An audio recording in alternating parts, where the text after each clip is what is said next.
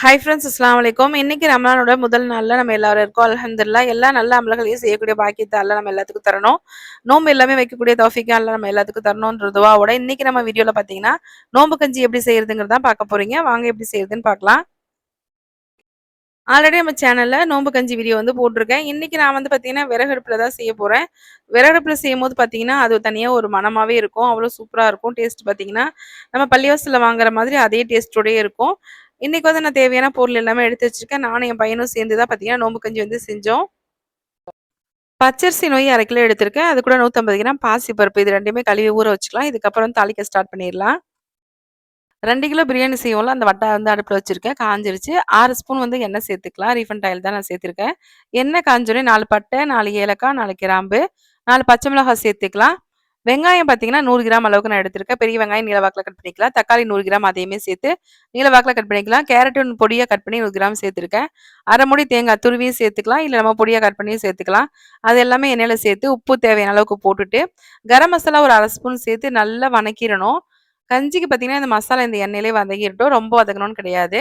நல்லா அந்த பச்சை வாசனை போற அளவுக்கு நல்லா வதங்கினாவே போதும். இப்போ 1 1/2 ஸ்பூன் அளவுக்கு இஞ்சி பூண்டு பேஸ்ட் சேர்த்துக்கிறேன்.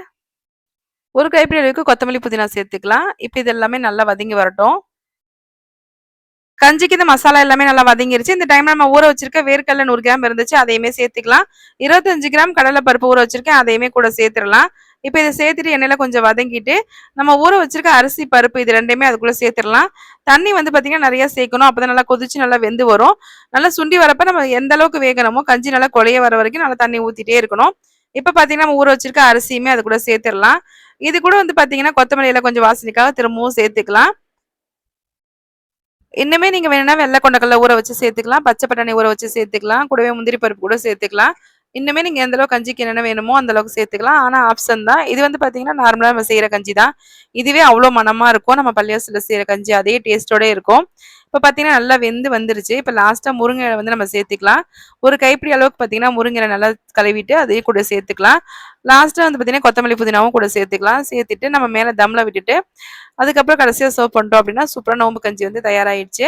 நீங்க குக்கர்ல செய்யற மாதிரி இருந்தாலும் இதே மெத்தட்ல நீங்க செஞ்சு பாருங்க. நம்ம நல்லா ஒரு 2 3 விசில் விட்டுட்டு அதுக்கப்புறம் தண்ணி சேர்த்து நம்ம கொதிக்க விட்டு இறக்கிடலாம். அது மாதிரி தான் குக்கர்ல வந்து செய்யணும். விறகடுப்புல செய்யறதுனால பாத்தீங்கன்னா தனியா ஒரு மணமாவே அவ்வளோதாங்க. லாஸ்ட்டா வந்து நம்ம சர்வ் பண்ணிடலாம். நம்ம நோம்பு கஞ்சி தயாராகிடுச்சு. இந்த வீடியோ உங்களுக்கு பிடிக்கும்னு நினைக்கிறேன். நீங்க இந்த ரமலானுக்கு இந்த மாதிரி நோம்பு கஞ்சி செஞ்சு பார்த்துட்டு எப்படி இருந்துச்சு சொல்லிட்டு கமெண்ட்ஸ்ல சொல்லுங்க. நம்ம சேனலை சப்போர்ட் பண்ணுங்க. இன்ஷால்லா நெக்ஸ்ட் வீடியோல பார்க்கலாம். Thank you friends.